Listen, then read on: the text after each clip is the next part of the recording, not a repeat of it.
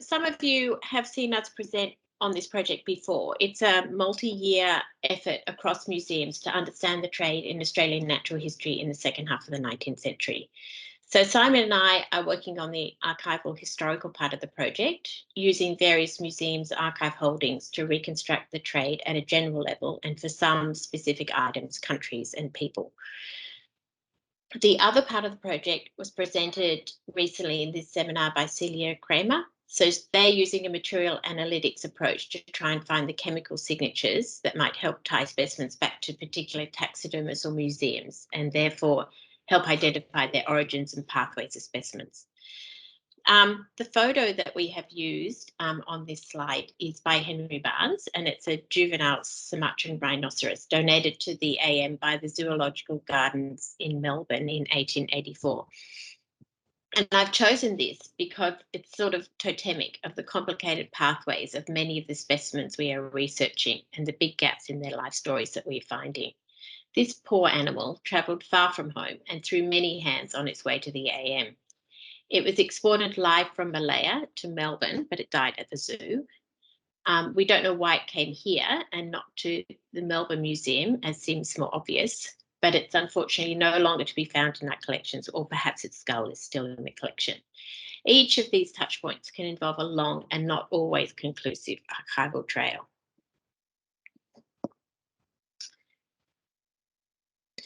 So far in the project, we have gathered a lot of data, almost 20,000 lines for just the Australian Museum, detailing collecting trades, exchanges, donations and purchases in the 19th century, with smaller data sets from the Maclean Museum, Museum Victoria and the Queensland Museum. We've looked at the overall patterns in this data, at transaction choices, at its broad geographies and at some of its networks.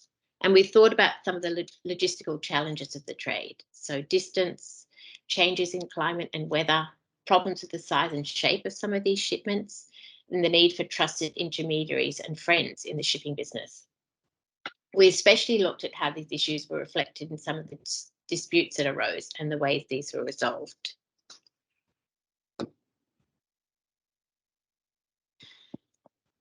That brings us to our current work, looking particularly at the exchange of natural history specimens, its parameters, players, animals and its scope. It's not the largest collecting mechanism at the Australian Museum, and that's definitely donations, but likely the most important in this period, and certainly the one the trustees cared about the most and documented in the most detail. And that's for the high quality, desirability and variety of the animals it included, and also for its extra benefits in networking and the trade and scientific authority information that went along with specimens. It's a global trade with museums all over the world, but also with natural history commercial traders and often with individuals. It's local too, with a robust local exchange market within Sydney and in the Australian colonies. Here, the Australian Museum was a dominant player and used that power to drive a pretty hard bargain. Globally, it had very little power or prestige to add to the exchange equation. In an exchange transaction, specimens are swapped without the need for money. It's a sort of barter, something that was fading out in this period as globalisation took hold and economic life became more complex and sophisticated. At the centre of exchange is the tool of valuation, an agreement on the comparative worth of specimens and information between museums or individuals. Of course, in the absence of money to make that measure, that's a complicated calculation and a matter for negotiation. And where there's an obvious power or prestige imbalance, as there was for the Australian Museum with most overseas museums, the equations become a complicated mix of tangible things, so mostly specimens, and intangible goods such as reputation, friendship, trust, and reliability.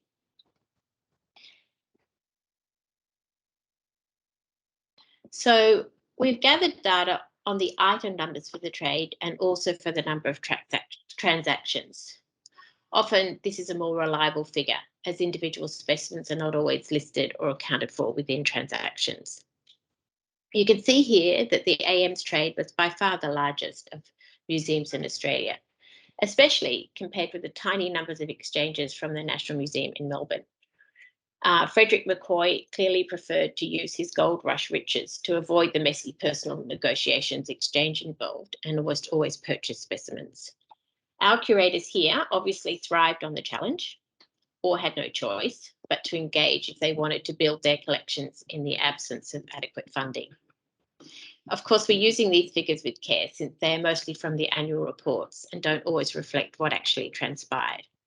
But it's interesting that the trade at least appears to be fairly balanced between specimens in and specimens out.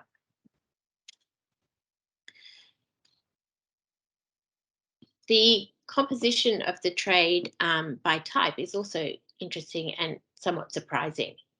As expected, there are lots of insects and shells and birds, and these make up most of the item numbers. But there's pretty robust trade in almost everything else, most often in mixed lots across categories. So under miscellaneous, we exchange not just animals, but equipment. So photographs, books, scientific equipment, furniture, and chemicals. It's useful too, I think, to see that ethnographic exchanges made up a very small part of the exchange trade. This is partly due to the Garden Palace fire that destroyed the collection in 1882, so that it had to be rebuilt from scratch by purchasing mostly. But it also reflects museum priorities, with natural history the clear and dominant business of the museum at this period.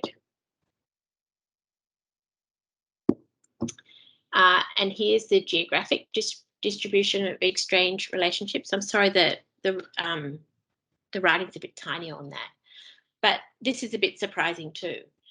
The AM is in blue, and you can see how important European trade was, with a much smaller proportion going to Britain than we had expected. Local trade is very important too. Perhaps this was easier to organise and complete with comparable specimens within known networks and local logistical infrastructures. Museum Victoria looks like it did nearly all its trade with Europe, but this is heavily skewed by the large trades that happened over the course of the Melbourne International Exhibition in 1880, which most of these were at state level as a sort of animal-led diplomacy. So sorry, Museum Victoria is the orange one. In fact, the Melbourne trade by numbers was pretty small. And you can see too that Queensland in grey mostly stayed in its lane, with its small trade very focused on local colonial and intercolonial networks. So I'm going to hand over to Simon now, and he's going to talk a bit more about what we think is happening behind these statistics and where our project is going next. Great, thanks, Vanessa. And I'll just say I've had a bit of a not very good connection this morning. You know, it only takes a bit of rain on the south coast for all the infrastructure to collapse. So I'm hoping you can hear me, and if not, somebody can let me know. So as an economic historian, I'm very interested in how markets function. And one of the really interesting aspects of the natural history project is the amount of trading that occurred through barter or exchange. You know, we think of medieval gift economies as sort of being more similar to this, and we think of, you know, modern markets economists like to think about supply and demand, and of course the market clearing price, which determines how the trade occurs. But this didn't happen. Well, it's only part of the story, of course, for a 19th century museum. So the whole question of barter and exchange is an incredibly interesting one. And why did museums choose this, what often might be the antiquated version of obtaining some of the specimens they required? And as you can see in the slide, there are a whole series of possible reasons, not necessarily in preferential order, but the first few are pretty important. So the museums, hasn't it always been the case, cash strapped, so wanting to build collections of, you know, national and international significance, but with very little cash. So barter or exchange, of course, provide an opportunity to obtain other specimens apparently for free. There are costs involved as well. And in the 1890s, for example, you know, all the museums, including the Australian Museum, were experienced sizable cuts in their budget. So obviously, barter exchange, often drawing upon the large amount of local donations received, was one way of building collection without having to pay for it, so to speak. Second factor is complementarity. So the sorts of specimens that were freely available in Australia were obviously very different from those that were available in other parts of the world. and therefore, you know, this big opportunity to trade. And as specimens moved from, you know, commonplace to scarce as it moved across their geography, this obviously made it appealing because you were giving away something relatively low value in return for receiving something which is high value, in Australia at least. And to facilitate this, the museums developed these desiderata lists of things that they were looking for, and they exchanged the lists before they exchanged anything else to try and, you know, address the problem of how you find something that others want, and that you have to offer to them as well as what they would give to you. So that complementarity, given the sort of geographical specialization of many specimens, obviously is a important part of the story. But it was also about collection management. So a lot of museums, you know, large numbers of donations, and wanting to sort of restructure their collection and maybe offload some of their donations that they had too many of, and too many duplicates, saw also obviously the exchange trade as a way of achieving that. So that, you know, that was you know, mattered a lot. But it was that the exchange trade was not only about the getting and receiving the specimens, but it was also about the other elements that were associated with undertaking that trade: relationship building, cultivating high trust networks, which were very important for a successful exchange trading, and resolving logistical failures. So, you know, if a specimen arrived in a completely destroyed form, sending a replacement, a fairly cheap replacement, was doable, and so that, you know, again, you know, resolving those market failures could be achieved through barter exchange. There's also demonstrations of prestige, of institutional prestige, of the museum saying we've got all these wonderful lungfish or dugong or whatever to exchange, the whole world wants, and, you know, demonstrates the prestige of the museum. And also, of course, it was also used for national prestige, particularly at international exhibitions where large amounts of exchange, and if you like, what we might call exchange diplomacy, occurred. Ramsay, for example, turned up at the London Fisheries Exhibition involved in a large number of exchange transactions. And one of the things you do see, and I think came out of Vanessa's part of the talk as well, is that some of these exchange transactions between museums involve very large numbers of specimens changing hands. Late 19th century, we know that there's the development of the international exchange and payment systems, the gold standard, and bank clearing houses and so forth. In many ways, good for most forms of global trade that have a monetary basis to them, but an extra complication for museums doing their trade. So again, you know, by bypassing the price system, you bypass a lot of these exchange and payment mechanisms as well. And I think finally as well that that exchange trading, particularly between museums, embodied information and knowledge exchange to the extent that it didn't occur in commercial trading. So, you know, building up that understanding of the changing relative value and importance of different specimens, all featured as an important part of this exchange trade. So I think we might go on to the next slide. Thanks, that's great, Vanessa. Or whoever moved it, I assumed it was Vanessa. So, you know, obviously there are shortcomings as well. So we're not just, you know, presenting the whys or wherefores of exchange trading, but also some of the shortcomings. And what is clear is that quite a few of these exchanges took a number of years to complete. I mean, a lot of that was to do with what economists would call high transaction costs. In other words, the costs involved in negotiating, agreeing, and monitoring and completing the contract could be substantial. And, you know, there's several reasons put down there that they could have been substantial. First of all, the basic challenge of any form of barter exchange is the double coincidence of wants, that you've got something somebody else wants is in return. And of course, if you've got money as a common medium of exchange, this problem is effectively resolved, but it's not if you're doing barter. Now, the issue of complementarity that I mentioned in the previous slide, obviously that helped, but it didn't always work. It often could take a long while to identify an exchange partner that you could undertake a mutually beneficial exchange with. Secondly, the question of value. Now, price is out of the equation in many ways, but there still has to be a sense of a fair value and a fair exchange. And of course, that's difficult. Markets are often thin. relative values of different specimens change rapidly. Specimens are obviously often in heterogeneous conditions. Some of them are fairly new to the market, and therefore relative price and values are difficult to attain for certainty. Now, trust and networks and social contacts and all these sorts of things that were still important in an era of global trade mattered here. And, so you didn't have to agree on absolute value. It has to be what was considered within a fair range. And what we see quite often is sort of deferred obligations, if you like, where you may be in debt on one exchange, but you're hoping to make it up on another, and that obviously relies on a high degree of trust.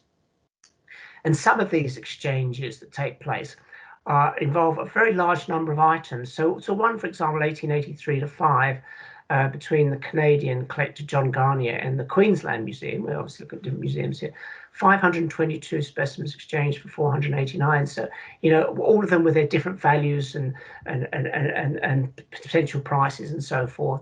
And therefore, it's the sense of fairness and value in the package as a whole rather than individual specimens that matters.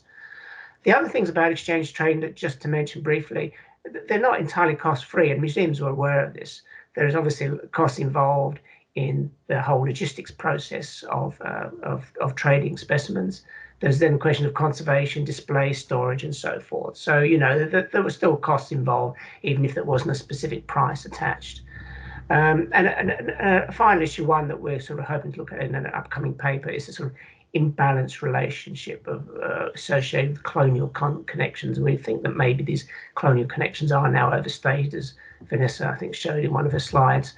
But, you still get the issue of the British Museum, rather than willingly involved in an exchange trade, expecting the colonial museums to present their specimens for scientific assessment rather than exchange. You've got those sorts of problems to negotiate as well. So I think, we've seen the data for the exchange work that we're doing. We've seen some of the reasons why. We've seen some of the shortcomings. I think if we could move on to the next slide, Vanessa, very conscious of not running over time or giving a chance for a question. So just to point out, some of the directions in which we're hoping to go henceforth, the patterns of exchange paper, which we're really talking about now, and that's almost done. That's on a minor revise and resubmit with History of Science.